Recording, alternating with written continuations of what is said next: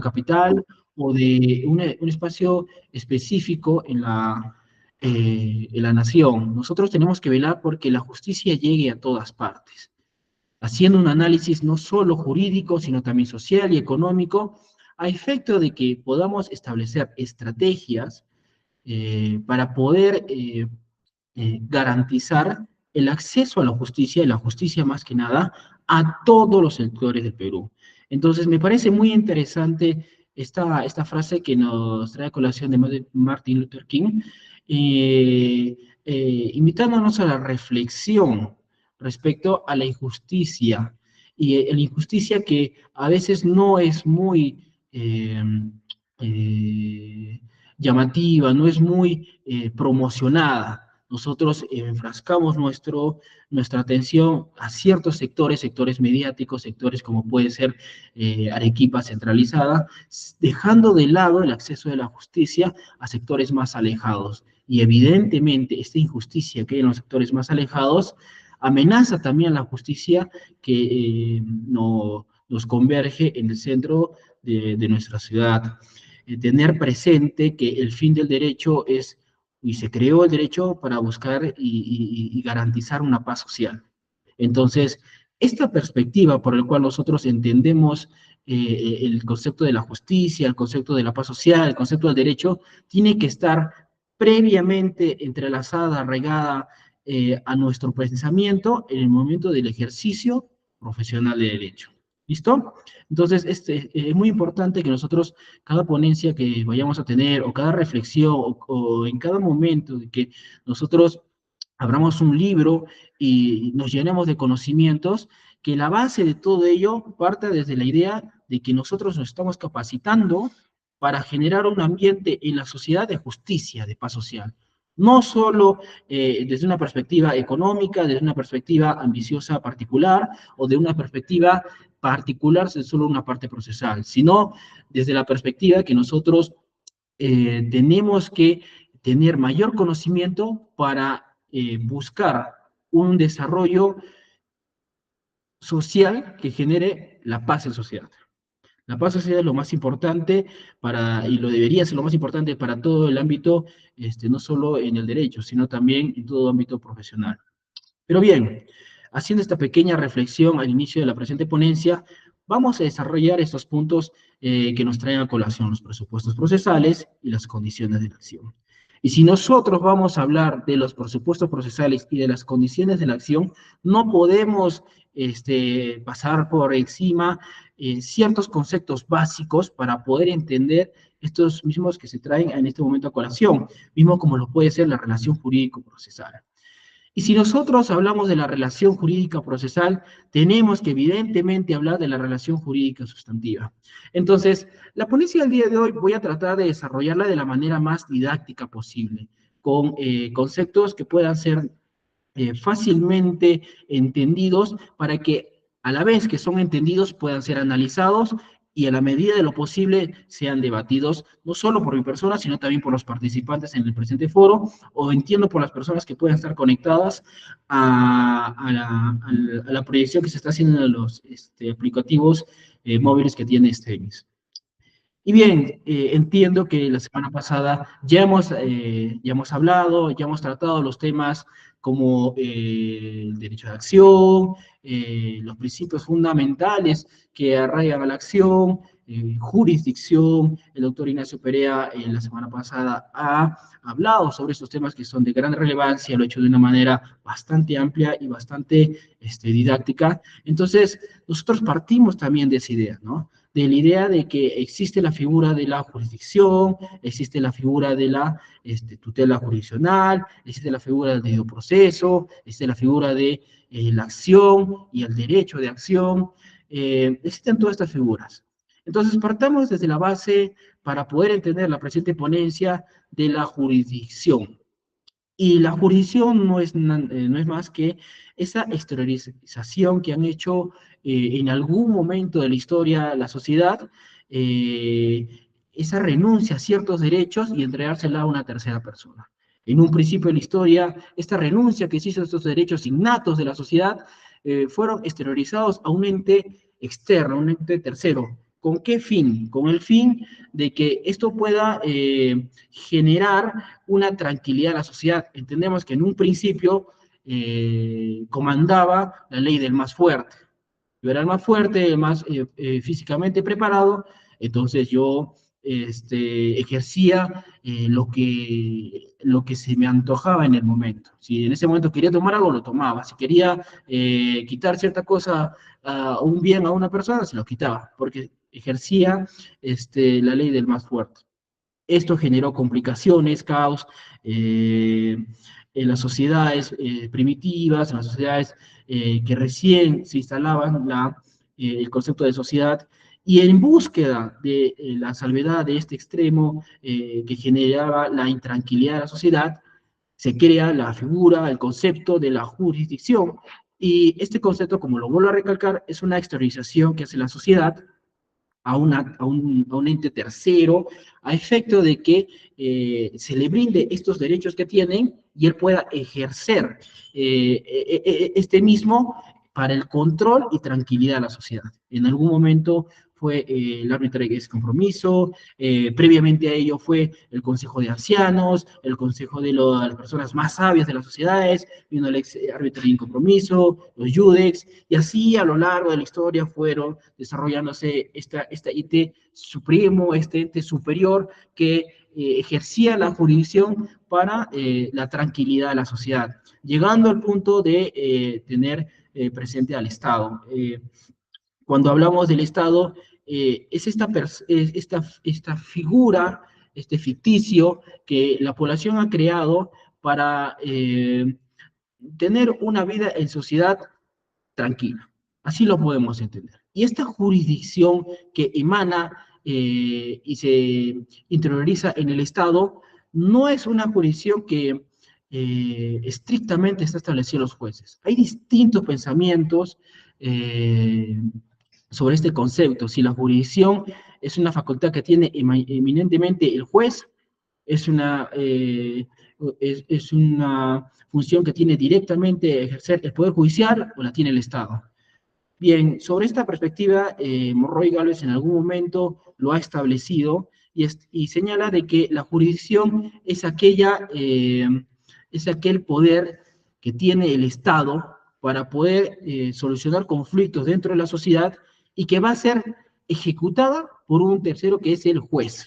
O sea, el juez no es el que directamente tiene jurisdicción, sino él ejecuta esta jurisdicción en representación del Estado. Evidentemente hay distintas concepciones doctrinarias que por temas de tiempo no puedo ampliarme mucho en este aspecto, pero esa es la que se maneja de manera preponderante, el concepto de jurisdicción que es ejercida por el juez, pero en representación del Estado. Y en contraposición a este concepto de la jurisdicción, existe la tutela jurisdiccional efectiva. Y la tutela jurisdiccional efectiva es este derecho que tienen todos los ciudadanos en una población, en una sociedad, para poder requerir a este ente supremo, que en este caso es el Estado, para que pueda resolver conflictos de intereses o incertidumbres, pero de carácter jurídico, de interés jurídico. Entonces, habiendo hecho este pequeño resumen de lo ya desarrollado previamente o conceptos básicos para tener claro mínimamente qué es la jurisdicción, qué es la tutela jurisdiccional efectiva, partamos a entender a qué nos referimos con una relación jurídico-procesal. Y es que por un fenómeno psicológico, el ser humano tiende a generar conflictos o problemas. El ser humano no es perfecto. Y por su misma naturaleza de no ser perfecto, es que sí existe cuestionamientos, incertidumbres que le pueden o se pueden emanar de su misma lógica, o puede haber conflictos que se puedan generar con otras terceras, con una tercera persona, que pueden ser tanto de ambos ámbitos, incertidumbres o conflicto de intereses. Pero cuando ya estamos hablando de estos conflictos, es aquí donde nace o podemos traer a colación el concepto de la relación jurídica sustantiva. ¿Por qué? porque aún no ha mediado ningún proceso judicial, no ha habido ningún ejercicio del derecho de acción. La relación jurídico sustantiva hace referencia, o la relación jurídico material hace referencia a este conflicto que pueden tener las partes, pero que no necesariamente tiene una relevancia jurídica. Eh, eh, eh, Respecto al concepto de la relación o el conflicto de intereses o incertidumbre jurídica. Cuando partimos de la base de la relación jurídica sustantiva, ya podemos identificar este problema que puede emanar de un conflicto que hay entre ambas partes. Por ejemplo, podemos poner este ejemplo de que hay un proceso de una compraventa. Yo quiero adquirir un inmueble y llegó a un acuerdo con una tercera persona a efecto de que acá, en plazo de una semana, de hoy suscrita una minuta de compra-venta, recién me va a entregar las llaves de la casa, porque acordamos de que en esta semana va a hacer las refacciones, va a dejar la casa totalmente operativa para que yo pueda ejecutar directamente la posesión sobre un inmueble que ya sería de mi propiedad. ¿Y qué pasaría si esta persona pasa esta semana y nunca aparece, se desapareció, la busco en su casa, ya no la encuentro, la busco en el lugar donde aparece en el domicilio en el contrato y ya no está?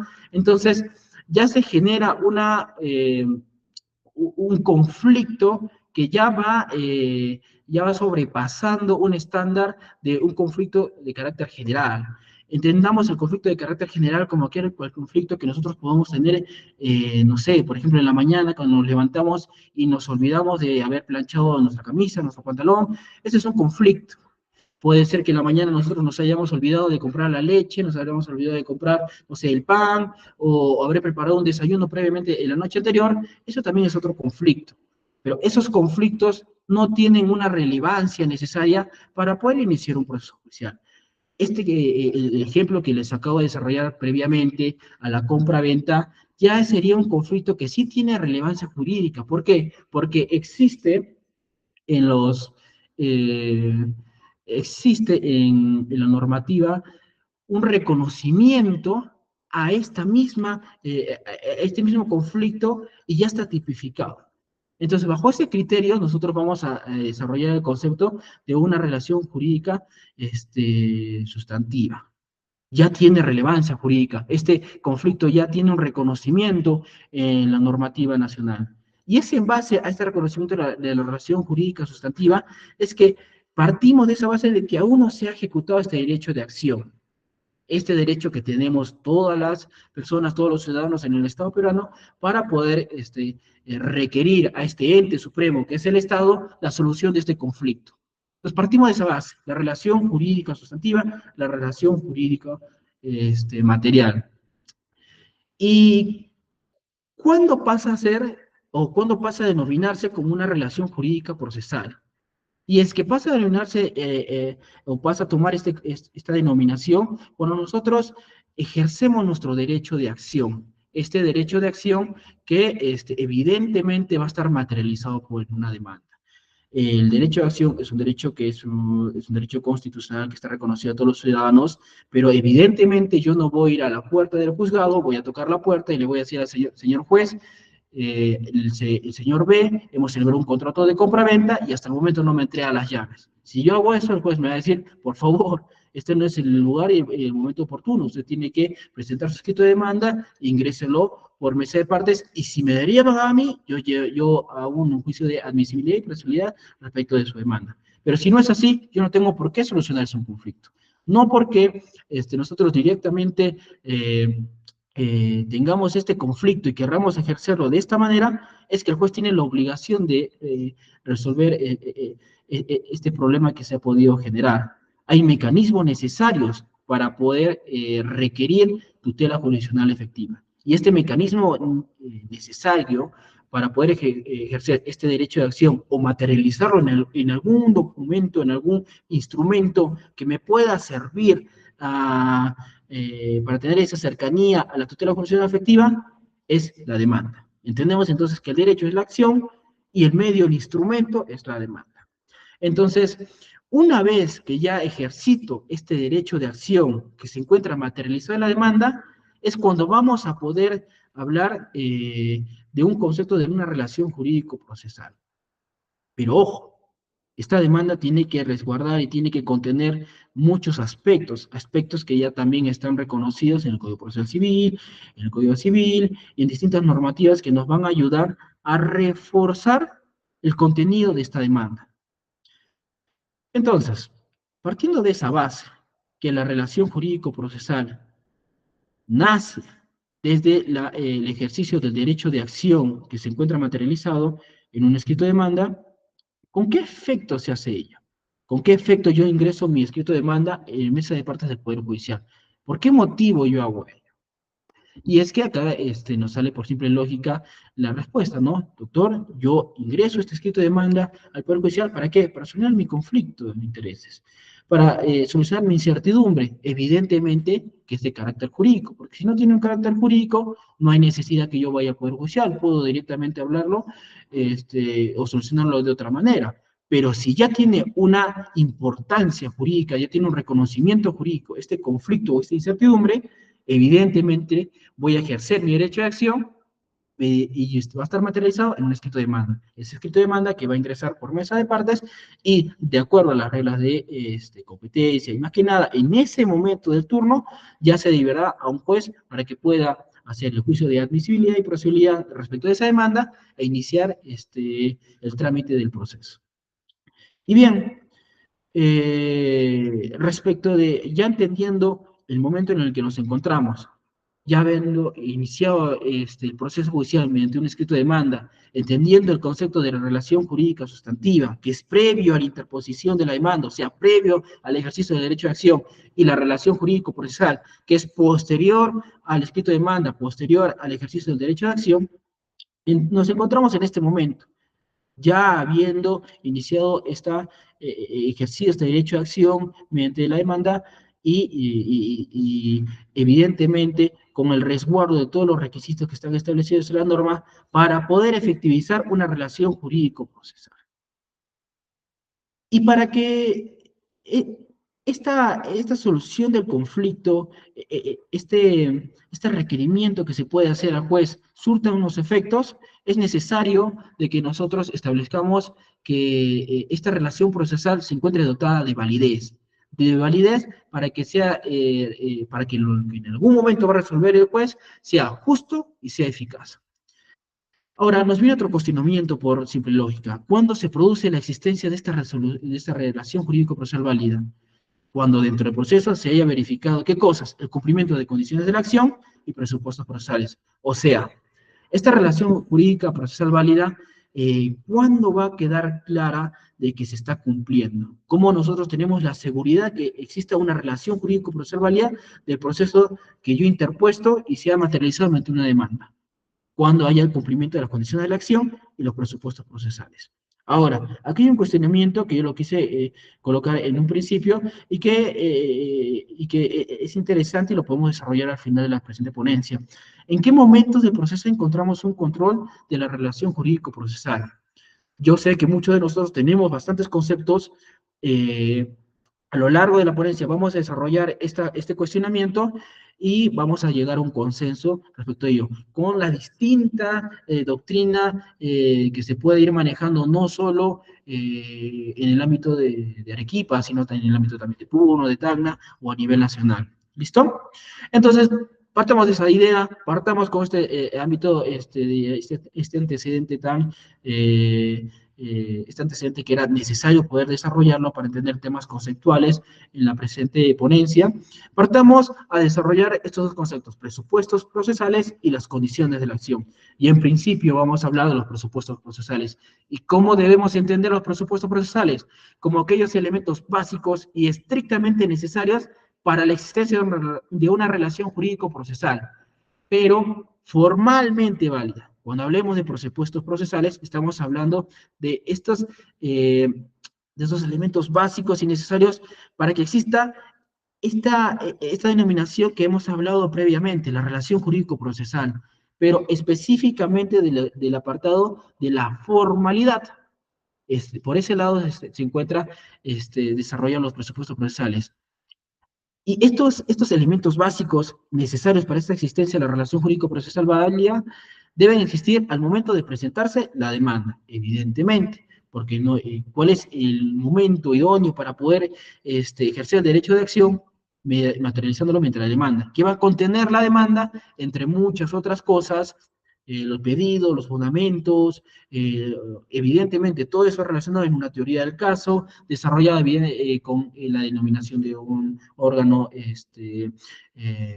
competente, la denominación de las partes, como lo señala la teoría del caso, que contiene elementos fácticos, elementos jurídicos y elementos probatorios. Además de ello, sí corresponde la cuantía dependiendo de la pretensión y el reconocimiento, ¿no?, de la suscripción de las partes y su abogado, que requiere y da inicio y se ve materializado en el documento que es la demanda.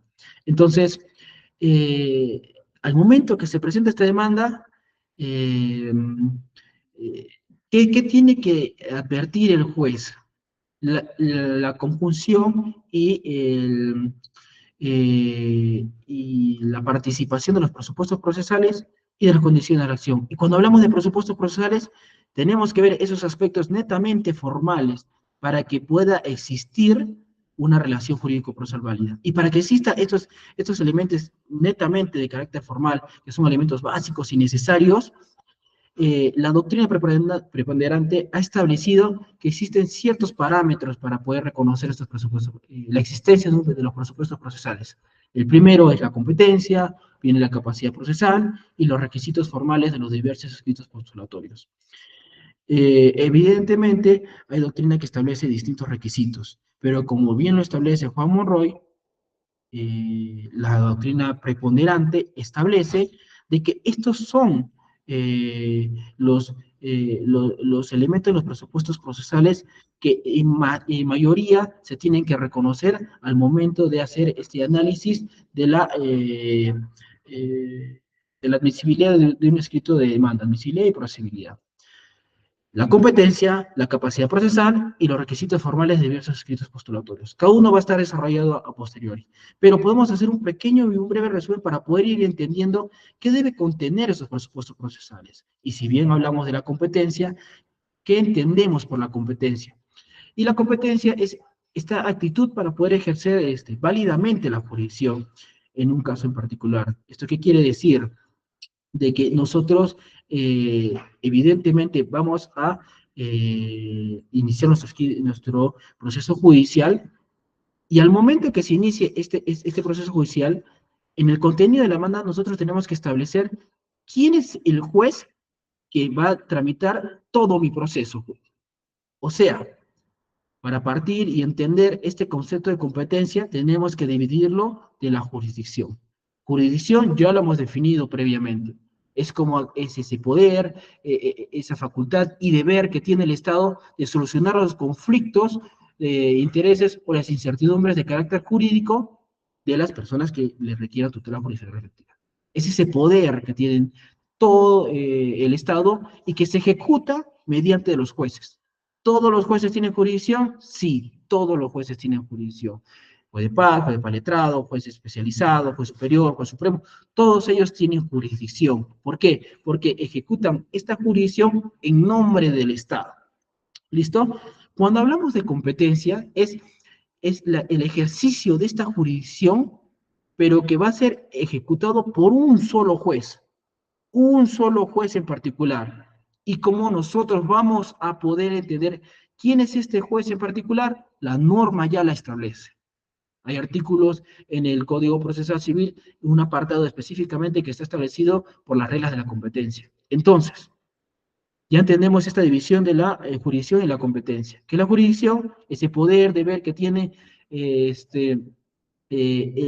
Estado de resolver los conflictos de intereses o incertidumbres jurídicas a la población y que va a ser ejecutado mediante quién? Mediante los jueces. ¿Qué jueces? Todos los jueces. Por tanto, todos los jueces tienen jurisdicción. Ahora, respecto de mi propio caso, de mi propio proceso judicial, ¿todos los jueces tienen jurisdicción? Todos los jueces tienen jurisdicción. ¿Pero todos tienen competencia? No, porque la norma ya establece qué juez va a ser el correcto, el competente de poder ver mi caso en concreto, en base a las reglas de territorio, materia, cuantía y todo lo que corresponda. ¿Listo? Entonces, bajo esa premisa podemos entender la regla de la competencia, este elemento básico de los presupuestos procesales, la competencia. Ahora hablamos de la capacidad procesal. Y cuando nosotros hablamos de la capacidad procesal, tenemos que entenderla como aquella actitud para poder intervenir en un proceso, para poder realizar actividad procesal válida. Y esta actitud para poder intervenir en el proceso tiene que ser entendida bajo la perspectiva de que tiene que ser esa persona que según la normativa está establecida para poder hacer actos dentro del proceso. ¿Esto qué quiere decir? Por ejemplo, estipulamos se inicia un proceso judicial y, por ejemplo, se demanda a una empresa. Y de la empresa existen 5 accionistas. Y uno de esos accionistas dice, oye, ya se va a vencer el plazo para contestar la demanda y nadie hace nada. Ya, yo voy a actuar en representación de la empresa. Pero dentro del estatuto de la misma empresa ya se establece que hay una persona específica que tiene que responder o tiene que hacer la representación en un proceso judicial, que es el gerente. Pero esta persona, el accionista dice, no, yo voy a ingresar porque si no vamos a perder la posibilidad de contestar y se sigue el proceso. Y por un error del juez, continúa esa persona en el proceso. Entonces, bajo ese criterio, nosotros vamos a entender que evidentemente va a intervenir alguien en el proceso, pero no va a tener la actividad procesal válida para poder realizar actos procesales menos. Toda su actuación va a ser inválida, porque no tiene el poder de poder estar en representación de esta empresa. Entonces, entendemos esta perspectiva de la capacidad procesal. No solo es la actitud para ser parte del proceso, sino es esa actitud para poder realizar actividad procesal dentro del proceso. No cualquiera puede realizar esta actividad procesal. Demandan una sociedad de gananciales. Y, por ejemplo, uno de los hijos ve que llega la demanda y su papá no está, su mamá no está, se va a vencer el plazo, y él contesta la demanda, y él firma dentro de la demanda. Esta persona tiene la capacidad procesal para tramitar este proceso. Supongamos que el juez dice, no, no lo logra advertir y piensa que es el esposo, y se admite su escrito de contestación. Todas las actuaciones que realiza esta parte están respaldadas con la capacidad procesal. Pues obviamente que no, porque si bien va a poder hacer actos, va a poder solicitar la realización de actos procesales, va a presentar escritos, esta actividad procesal no va a ser válida. Entonces, entendamos ese concepto de capacidad procesal dividiendo de los conceptos de capacidad procesal y la capacidad para ser parte del proceso. Y por último, entendemos el concepto de requisitos formales de los diversos escritos postulatorios. Claro, además de tener claro las reglas de la competencia, además de tener claro la capacidad procesal, también existe el presupuesto procesal referido al requisito formal de los diversos escritos postulatorios.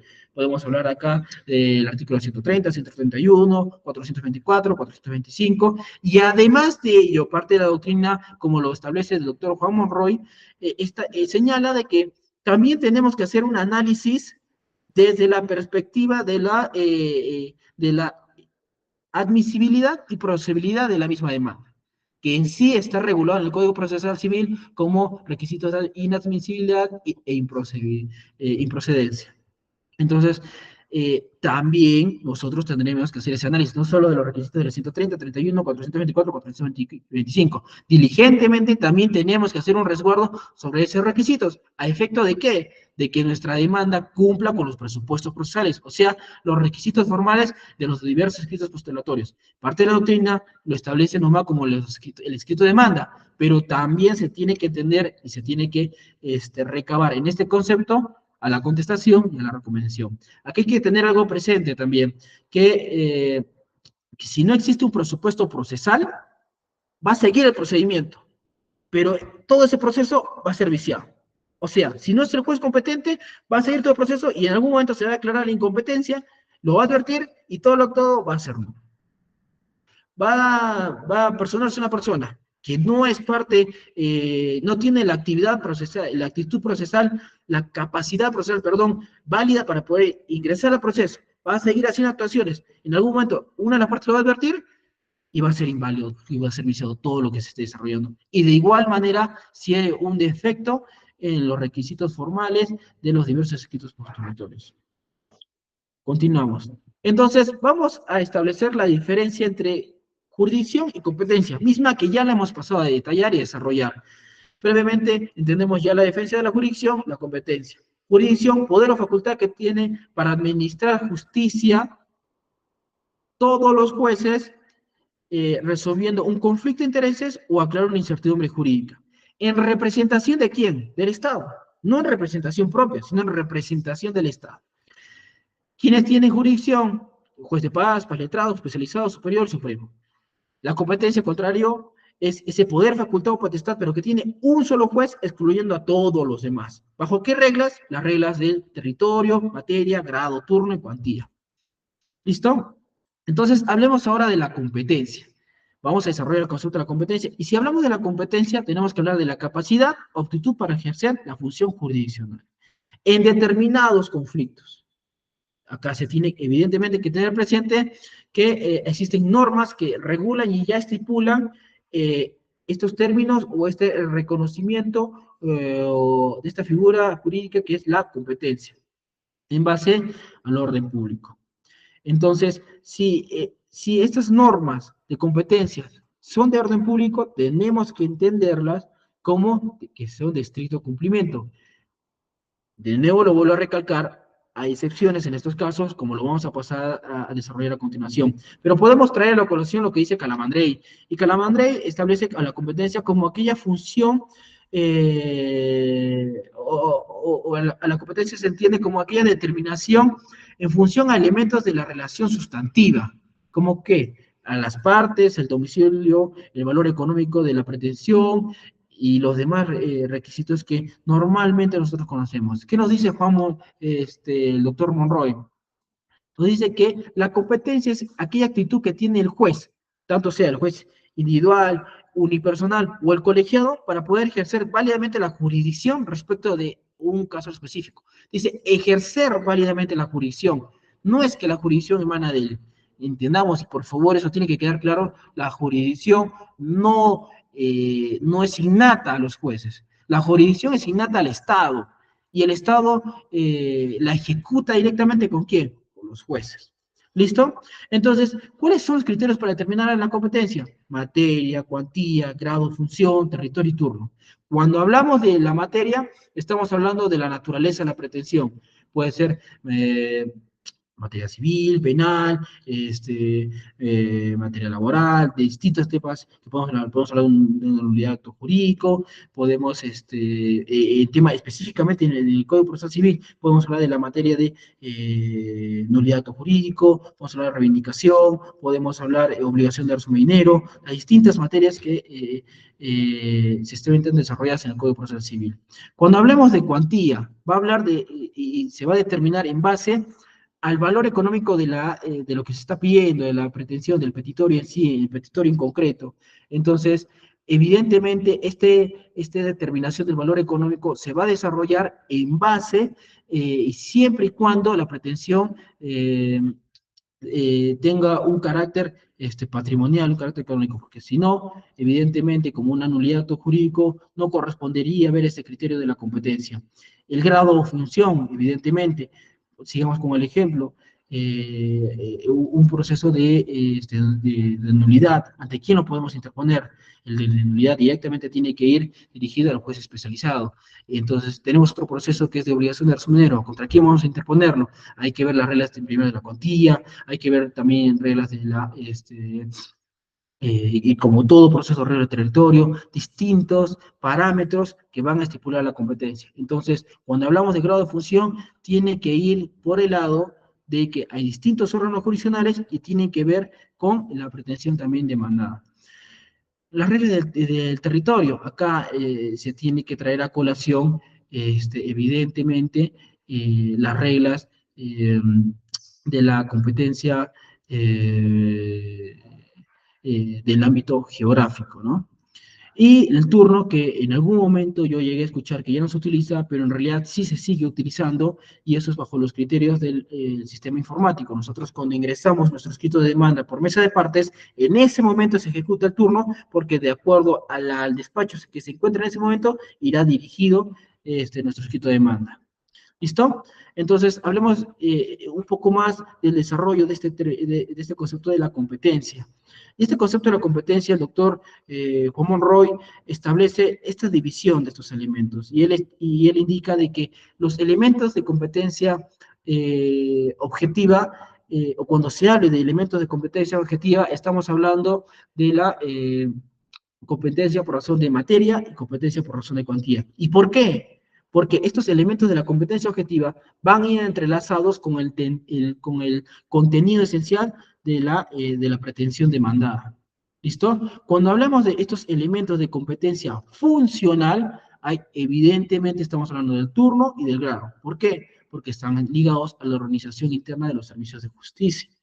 Cuando hablemos del ámbito geográfico, por simple lógica, podemos entender que este ámbito de la competencia eh, va a ir dirigido por la competencia territorial, debido al ámbito geográfico, valga la redundancia, por donde se pueden encontrar los demandados, o porque la norma establezca dónde se tenga que demandar, o donde se tenga que presentar el escrito de demanda. Acá hay algo que hay que tener presente. Estos elementos de competencia objetiva y estos elementos de competencia funcional son de exigencia obligatoria, porque son reconocidos como la competencia absoluta, no pueden modificarse. A contrario censu, estas reglas de competencia por cuestión de territorio sí son no o en todo caso no son de obligatorio cumplimiento, porque emana el concepto de competencia relativa. Ahora, desarrollamos el concepto de capacidad procesal. Y cuando nosotros desarrollamos este concepto de capacidad procesal, ¿cómo lo podemos entender? Como aquella actitud para poder recurrir válidamente al proceso. Ok, pero ¿quién puede recurrir válidamente al proceso? Con toda la actitud posible. ¿Quién? Los que gozan de capacidad de ejercicio. Cuando desarrollamos este concepto de capacidad procesal, yo he traído a colación dos doctrinas que hoy en día son las preponderantes, ¿no? La doctrina clásica, la doctrina francesa, que divide eh, este aspecto como la capacidad de goce y la capacidad de ejercicio. Ya sabemos todos que la capacidad de goce es la que tienen todas las personas, eh, inclusive los concebidos, con la condición de que nazcan vivos. Y la capacidad de ejercicio es esa actitud para poder ejercer por sí mismos sus derechos y obligaciones.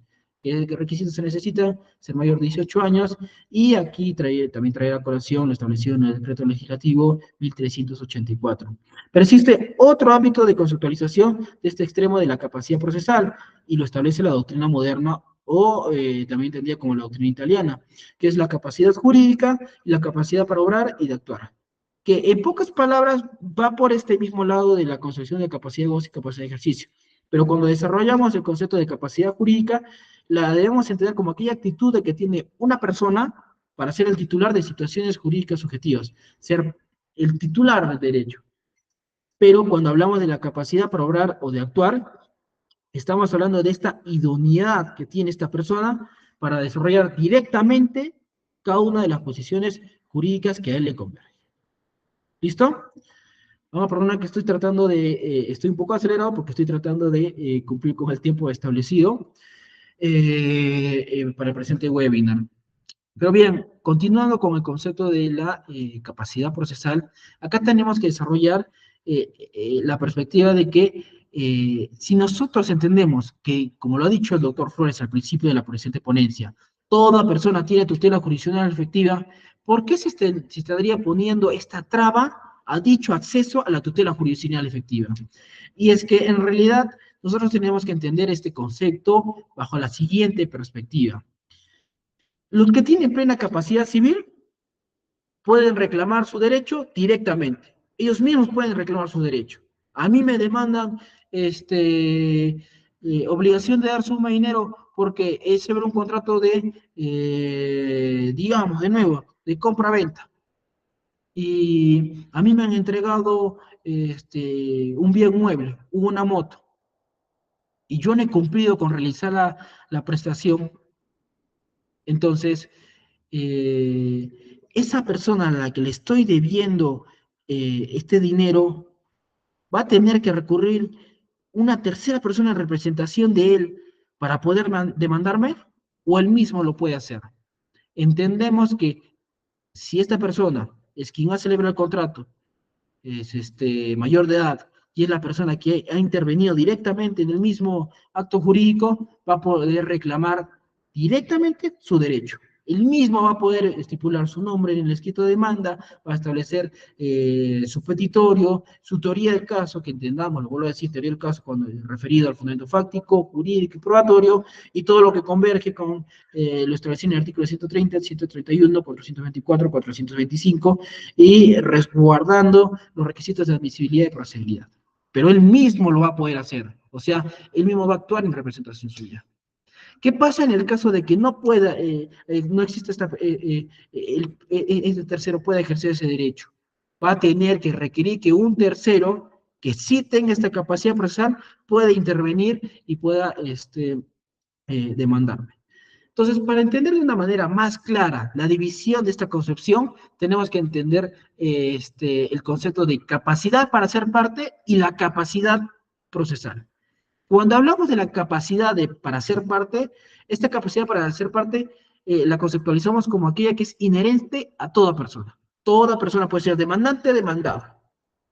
Además de ello, eh, toda persona puede ejercer su manifestación mediante el derecho de tutela jurisdiccional efectiva. Toda persona tiene tutela jurisdiccional efectiva. O puede ejercer ese derecho que tiene, ¿no? Toda persona, evidentemente, por lo que hemos dicho, si es ese derecho para ser parte, toda persona puede ser tanto como parte demandante o como parte demandado. Cualquier persona puede ser.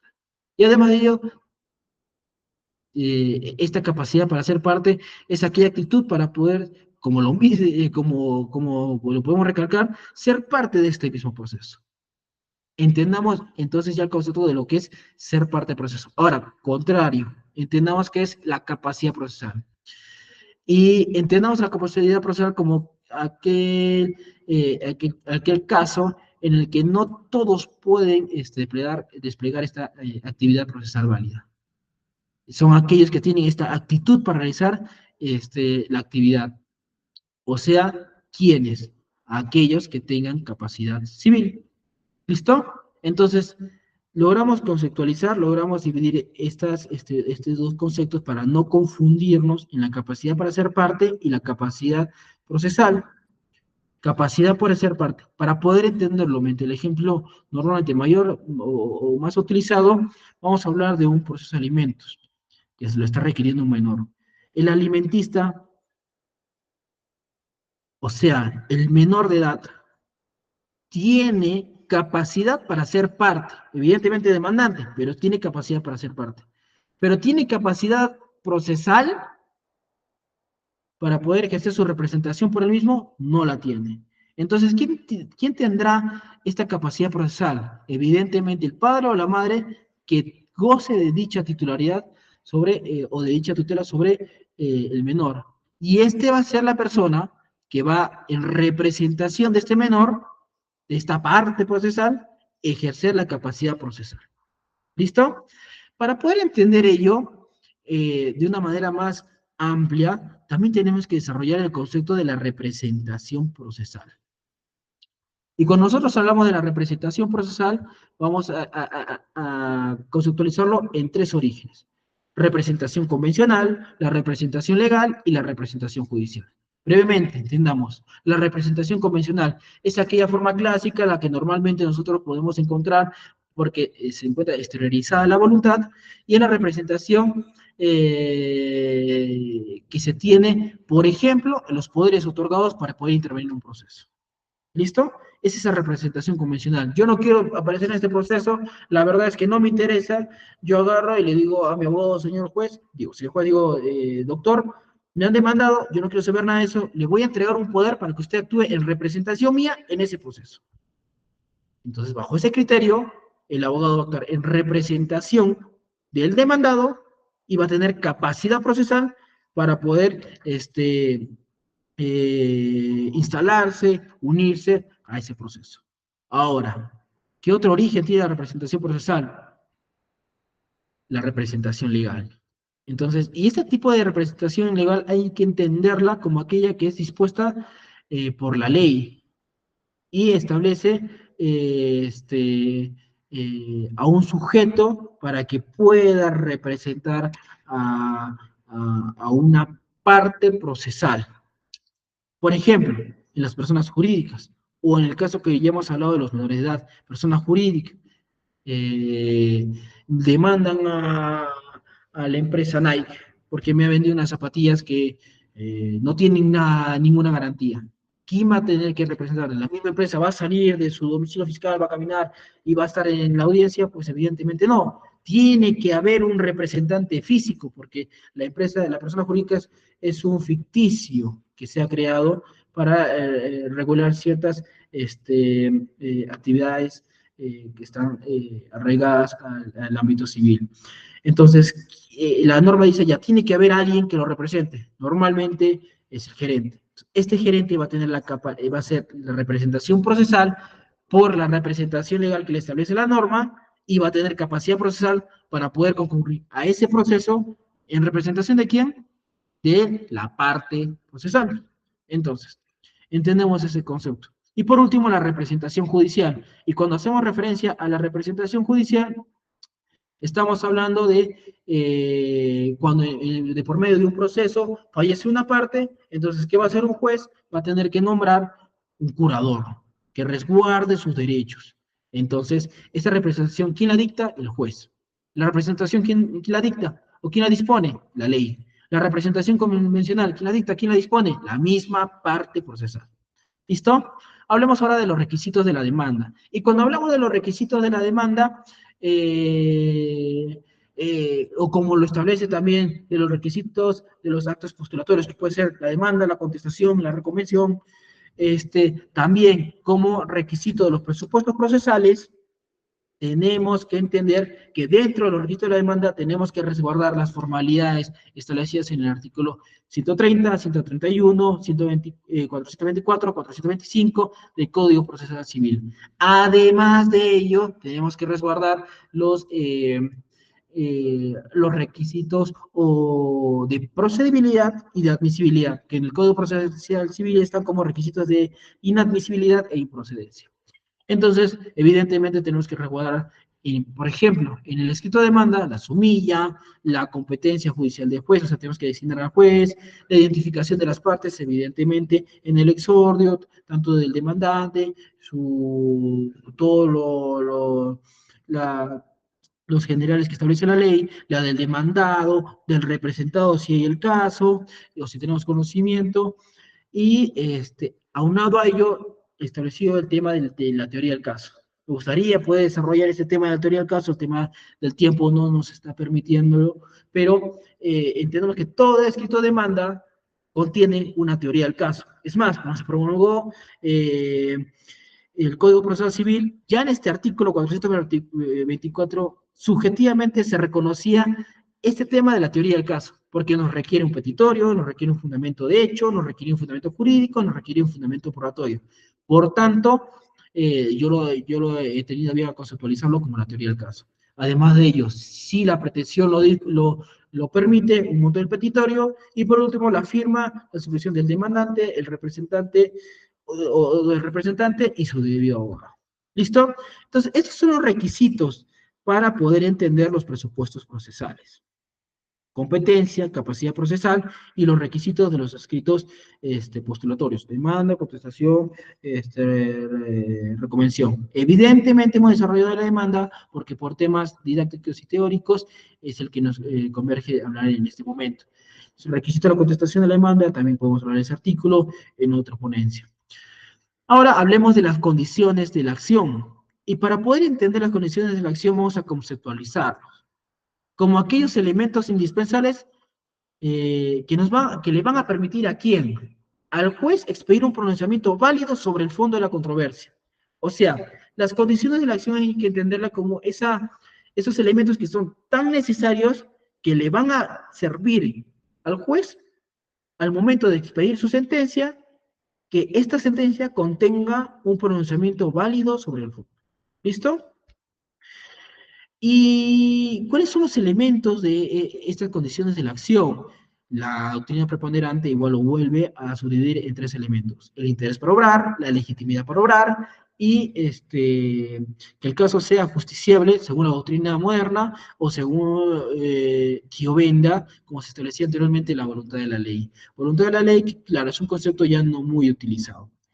Entonces, cuando hablamos del interés para obrar, hay que entenderlo como que, como esa necesidad inmediata, actual e irreemplazable para poder acudir a un órgano jurisdiccional.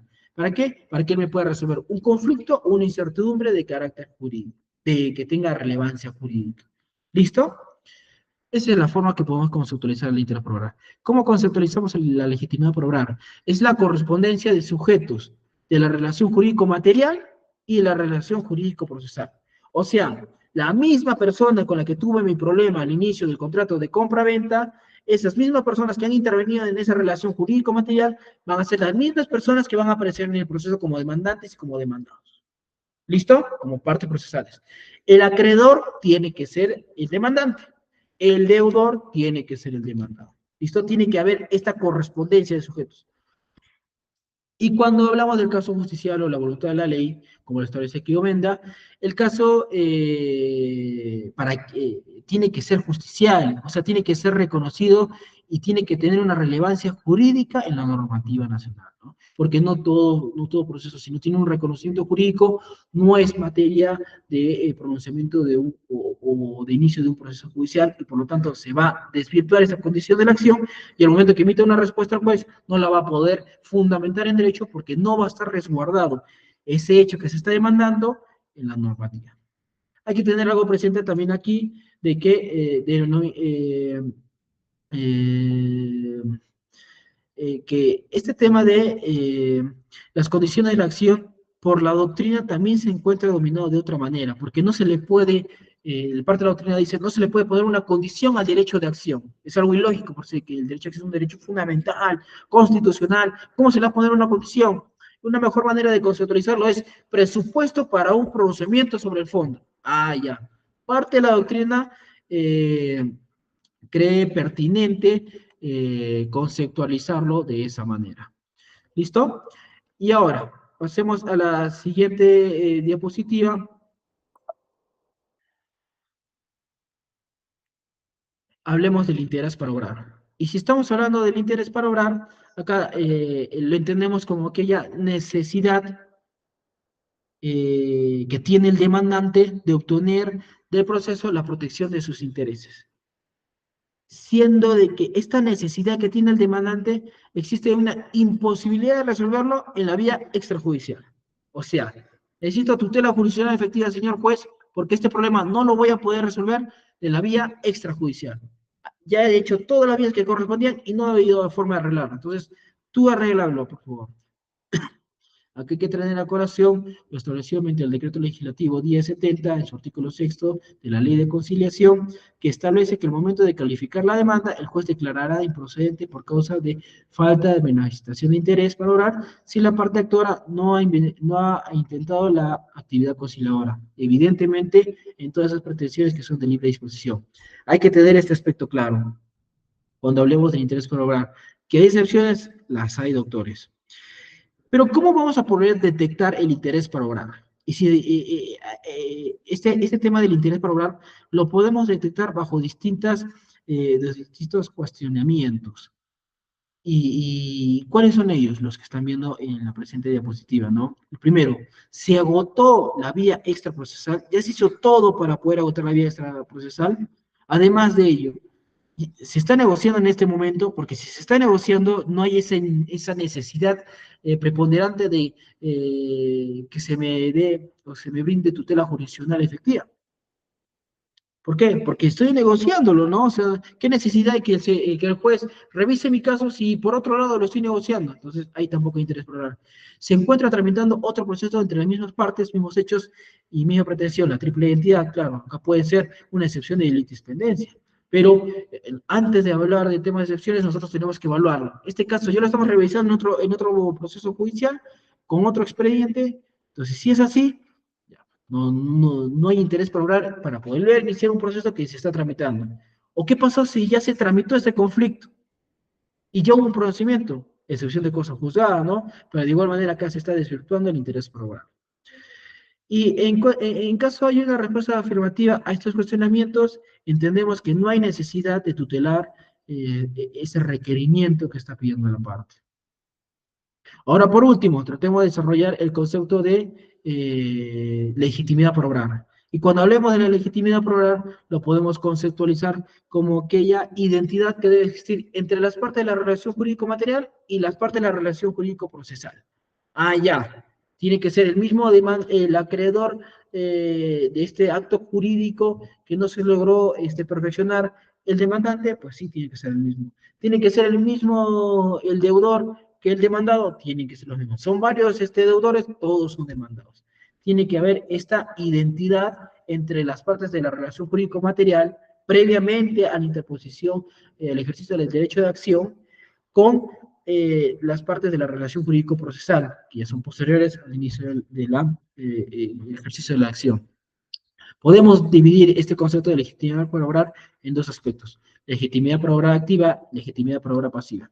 Cuando hablemos de la legitimidad para obra activa, esta corresponde al demandante, netamente al demandante. En este caso, por ejemplo, el ejemplo que hemos puesto arriba es al acreedor, para poder plantear determinada pretensión, ¿no es cierto? Y la legitimidad por obra pasiva, cuando se le exige al demandado para que la pretensión en el proceso pueda plantearse válidamente contra él. Hay que tener acá un aspecto en análisis y en conocimiento, la legitimidad, la legitimidad ordinaria y la legitimidad extraordinaria. Cuando hablamos de legitimidad ordinaria, es derivado de la misma relación jurídico-material, la que hemos hecho referencia en un principio, la relación jurídico-sustantiva. Pero cuando hablamos de legitimidad para obrar extraordinaria, esta es la que está derivada de la ley. Casos, por ejemplo, procesos que son colectivos, procesos que se están tramitando, por ejemplo, como entre asociaciones, en los que el objeto social establece quiénes son los que tienen que participar en representación y quién tiene la legitimidad para poder responder en esos casos. O, por ejemplo, un caso contra el Ministerio Público, los gobiernos locales. Aquí hay que tener algo claro, que hay una parte del sector de la doctrina que, claro, establece de que se tiene que hacer un análisis respecto a esta conceptualización o manifestación de la legitimidad por obrar. Y establecen de que cuando se habla de legitimidad por obrar, en la legitimidad por obrar se tendría que hacer análisis del fondo del caso. Y como eso no se puede hacer en un momento de admisión de la demanda, ¿qué es lo que correspondería hacer? Corresponde de que netamente se afirme ser el titular del derecho del titular del derecho que se está demandando, de la protección demandada. Y que bajo ese criterio se inicia el proceso. Y el criterio que el demandado sea el titular de satisfacer ese derecho. Y se inicia el proceso. Para no inmiscuirse en el fondo del proceso. Ojo, hay que tener claro que en el proceso civil de Uruguay, la legitimidad para obrar recién se revisa al momento de la emisión de la sentencia. ¿Listo? Por último, hablemos de la voluntad de la ley. ¿Y a qué nos refiere en este presupuesto de la condición de la acción cuando hablamos de la voluntad de la ley? Implica la existencia de que en el ordenamiento jurídico, en el reconocimiento de la norma ya establecida, lo que se está requiriendo sea justiciado. Ya esté reconocido, ya esté tipificado ese hecho. Y en base a ello existe voluntad de la ley. Aquí se tiene que hacer referencia evidentemente a la posibilidad jurídica. ¿Listo? Entonces, eso es todo por mi ponencia. Agradecer la atención del auditorio. Si existe alguna duda, no hay ningún problema, me lo pueden hacer llegar.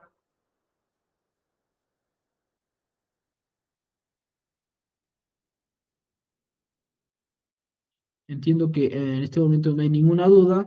Entonces, bajo esta perspectiva, yo me despido. Agradezco de nuevo a STEMIS por la invitación a la presente ponencia. Correcto, doctora Nayeli, muchas gracias por su participación. De nuevo agradecer a Estemis por la ponencia.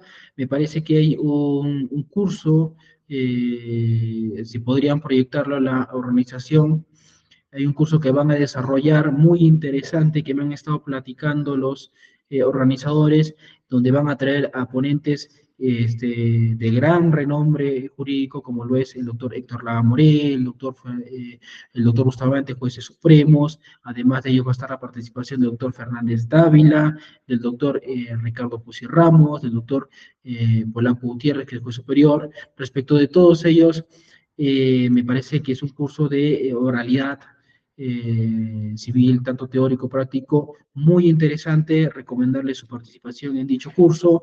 De igual manera, este curso va a servir de base para poder desarrollar posteriormente y un curso también de Derecho Procesal Civil y Oralidad Civil, que va a complementar este curso que se va a desarrollar en me parece acá en unas pocas semanas. Entonces, aprovechen estas capacitaciones jurídicas, van a haber ponentes de gran renombre, no solo nacional, sino internacional, y recomendarles la constante capacitación.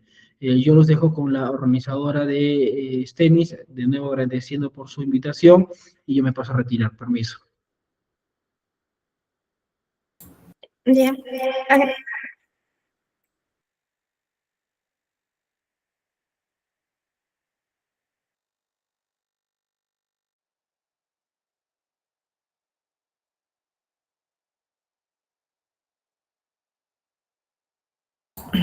Bien, chicos, para finalizar, bueno, agradecer al doctor Ayrton por su presentación.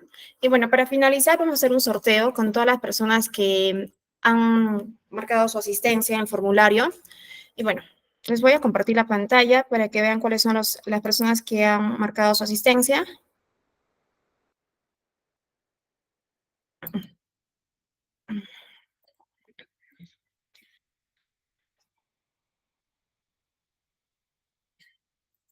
Okay. Bueno, estas son las personas que marcaron su asistencia.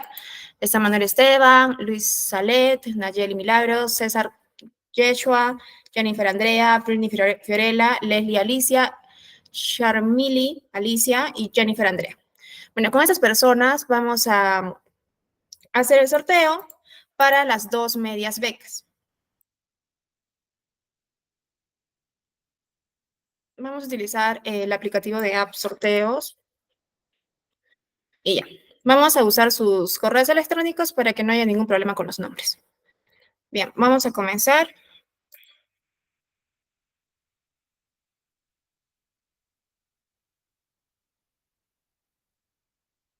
Ya, la persona que ganó la primera media beca es Charmeli JL16. Le vamos a enviar un mensajito y ahora vamos a ver a la segunda persona que ganó la media beca.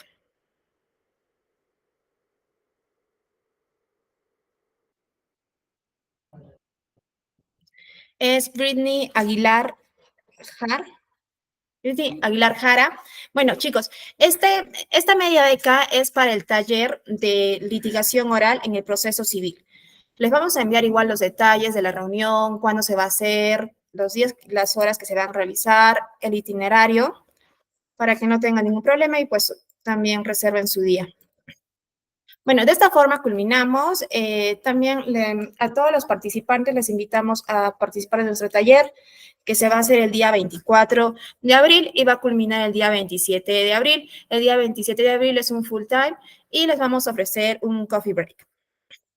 Y también recordarles que a todas las personas que asistieron van a obtener su constancia a nombre del Colegio de Abogados de Puno, y las personas que aún deseen el certificado, pues aún lo pueden adquirir con un pago de solo 10 soles y se les va a dar su certificado, un recurso adicional y además las diapositivas y la grabación del curso que se dictó, el taller.